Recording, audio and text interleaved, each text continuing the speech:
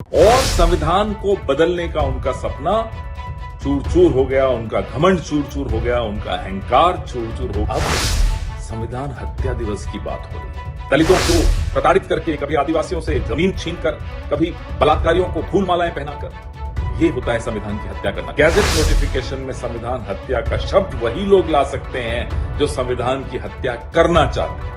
ये तो वो हुआ कि विजय माल्या और नीरव मोदी बैंक दिवालिया दिवस मनाएंगे। जनता पार्टी के लोग लोकसभा चुनाव के परिणाम से बहुत ही परेशान हो गए हैं। इंदिरा जी के सलाहकार इतने मजबूत नहीं थे जितने इनके हैं। नहीं तो इंदिरा जी को भी कहते कि 352 मत लगाओ, 352 जैसे हालात पैदा हो जो आपने करके रख दिया। पूरी तरीके से ये घबराहट है, परेशान है कि अब ये इनके हाथ से सत्ता जा रही है, तो सत्ता प्राप्त करने के लिए सत्ता हमारे साथ कैसे रहे, इसके लिए ये कोई भी कदम उठा सकते हैं। कल भी देश ने जवाब दिया था और आज भी देश इसका जवाब देगा।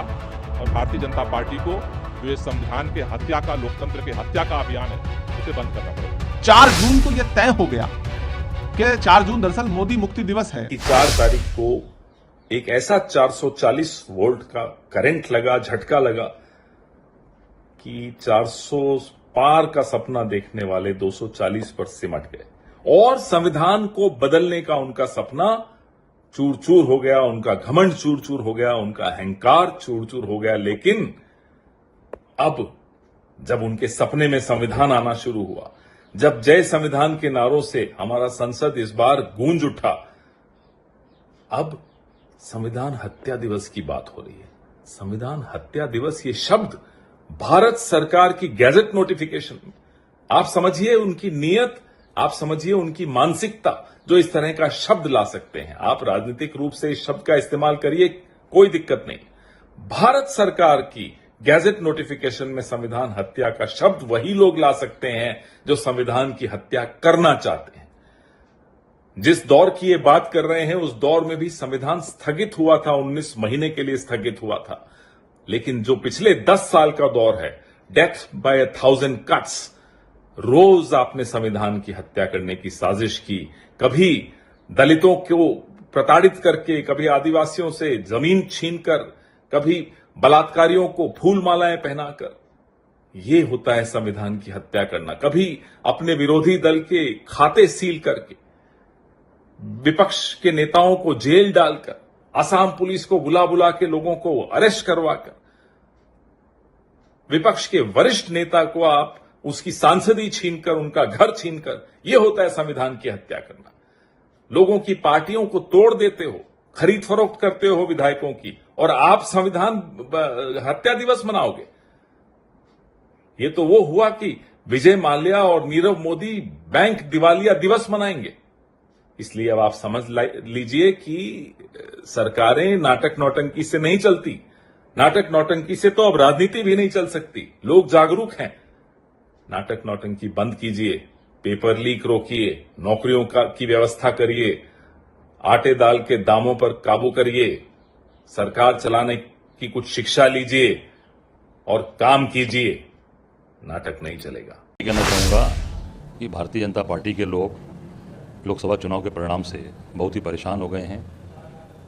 अब उनको समझ में नहीं आ रहा है कि हम कौन सा रास्ता अख्तियार करें, कौन सा हथियार इस्तेमाल करें जिससे इंडिया गठबंधन की चीज़ों को रोक सकते हैं। तो वो अब इमरजेंसी की बात कर रहे हैं बार बार। अब इन्होंने तमाम कार्यक्रम भी उस पर किए, पर कोई कार्यक्रम सक्सेस नहीं हुआ। कारण ये है कि जो सबसे खराब स्थिति में देश खड़ा है, महंगाई, बेरोजगारी, भ्रष्टाचार। कल एक वीडियो मैंने देखा गुजरात का, जिस गुजरात के मॉडल पे इन्होंने पूरे देश के अंदर कहा कि भाई गुजरात मॉडल है हमारा, सबसे अच्छा है, पूरे हम देश को गुजरात मॉडल बना देंगे। वो गुजरात मॉडल भरूच में एक छोटे से होटल में इंटरव्यू, सैकड़ों हजारों बच्चे उस पर गिर रहे हैं। ये स्थिति सामने दिख रही है। इससे कितनी बार हो चुका, मतलब एक वीडियो आ गया आज, पर कितनी चीज़ें ऐसी हो चुकी होंगी। तो इनको समझ में नहीं आ रहा है कि कैसे करेंगे। तो ये घबराहट में आज इन्होंने, मैं समझता हूँ कि आज 12 तारीख है, 12 जुलाई को ये 25 जून का नोटिफिकेशन जारी कर रहे हैं। 25 जून बीते, अभी समय हुआ, आज इनको याद आ रहा है 12 जुलाई को आ रहा है। मैं समझता हूँ कि पूरी तरीके से ये घबराहट है, परेशान है कि अब ये इनके हाथ से सत्ता जा रही है, तो सत्ता प्राप्त करने के लिए सत्ता हमारे साथ कैसे रहे, इसके लिए ये कोई भी कदम उठा सकते हैं, कोई भी निर्णय ले सकते हैं। कौन बोल रहे हैं ये बात? जिन्होंने संविधान को तहस नहस करके रख दिया। फादर स्टैन स्वामी क्यों गए दुनिया से, बता पाएंगे? हमारे हजारों लोग क्यों जेल में हैं? ह्यूमन राइट एक्टिविस्ट क्यों जेल में हैं? इंदिरा जी के सलाहकार इतने मजबूत नहीं थे जितने इनके हैं। नहीं तो इंदिरा जी को भी कहते कि 352 मत लगाओ, 352 जैसे हालात पैदा कर दो, जो आपने करके रख दिया। हाईकोर्ट की क्या टिप्पणी थी हेमंत सोरेन जी के बारे में? पूरे देश में विपक्ष के नेताओं के साथ क्या कर रहे हैं आप? तो खुद संविधान को तार तार कर रहे हैं। मैं हत्या नहीं बोलूंगा क्योंकि इस तरह के शब्द आप ही को सुहाते हैं।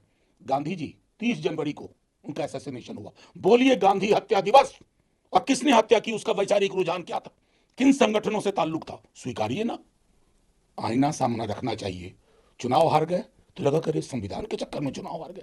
संविधान जिंदा दस्तावेज है। संकल्प कह लेते आप, सब साथ होते। अभी कुछ वर्ष पहले आपने विभाजन विभीषिका दिवस, कोई बोल भी नहीं रहे आप लोग। मतलब एक सरकार का काम क्या होता है? जनता के साथ मिल करके उस किताब की हिफाजत करना। हिफाजत आप नहीं कर पा रहे हैं। आप तो पन्नों को तार तार कर रहे हैं, स्याह बना रहे हैं संविधान को। लेकिन भारत की जनता ये आपके जुमलों में अब आने वाली नहीं है। आपको समझ चुकी है, आपकी राजनीति को समझ चुकी है। मेरा आग्रह होगा, ये भी पता कर लीजिए किस किसने माफी मांगी थी इमरजेंसी में। बहुत कष्ट होगा आपको, आपके ही लोग थे, माफी मांग रहे थे, मेरी तबीयत ठीक नहीं है, मुझे बाहर कर दीजिए, मैं उस पर्व में आपके साथ हूं। नाम बताऊं कौन कौन लोग थे? दोहरा चरित्र नहीं चलता। चरित्र साफ कीजिए, मनसा वाचा कर्मणा साफ कीजिए। भारतीय जनता पार्टी की सरकार देश के अंदर रोजाना संविधान की हत्या कर रही है, और उसका सबसे जीता जागता उदाहरण है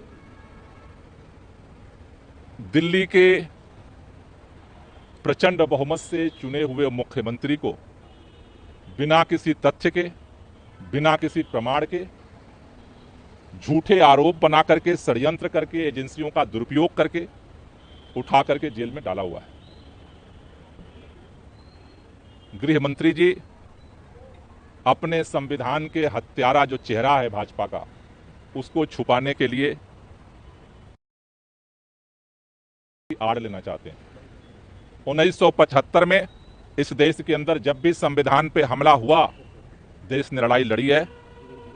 अगर उसकी आड़ लेकर भाजपा सोचती आना हत्या करती रहेगी एजेंसियों, ये नहीं चलने वाला। कल भी देश ने जवाब दिया था और आज भी देश इसका जवाब देगा। और भारतीय जनता पार्टी को जो ये संविधान के हत्या का, लोकतंत्र के हत्या का अभियान है, उसे बंद करना पड़ेगा। ये हेडलाइन मैनेजमेंट करने की एक कोशिश है। सरकार बहुत सारे मुद्दों पे घिरी हुई है तो हेडलाइन मैनेजमेंट करना चाहती है। दरअसल मौजूदा सरकार की जो पार्टी है और उस पार्टी का जो मातृ संगठन है, उसने कई वर्षों तक तिरंगे को नहीं माना, संविधान को नहीं माना। और आज भारतीय जनता पार्टी के बड़े बड़े नेताओं ने पिछले चुनाव में, लोकसभा चुनाव में, अनंत हेगड़े से लेकर के, लल्लू सिंह से लेकर, दिया कुमारी से लेकर के उनके पोस्टर बॉय अरुण गोविल तक ने संविधान बदलने की बात की।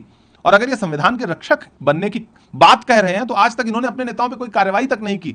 हमने लगातार संविधान बचाने की बात की। राहुल गांधी जी ने संविधान लेकर के देश को बताया कि संविधान यह है और हमें इस संविधान को बचाना, और जनता ने उस पर मोहर लगाई।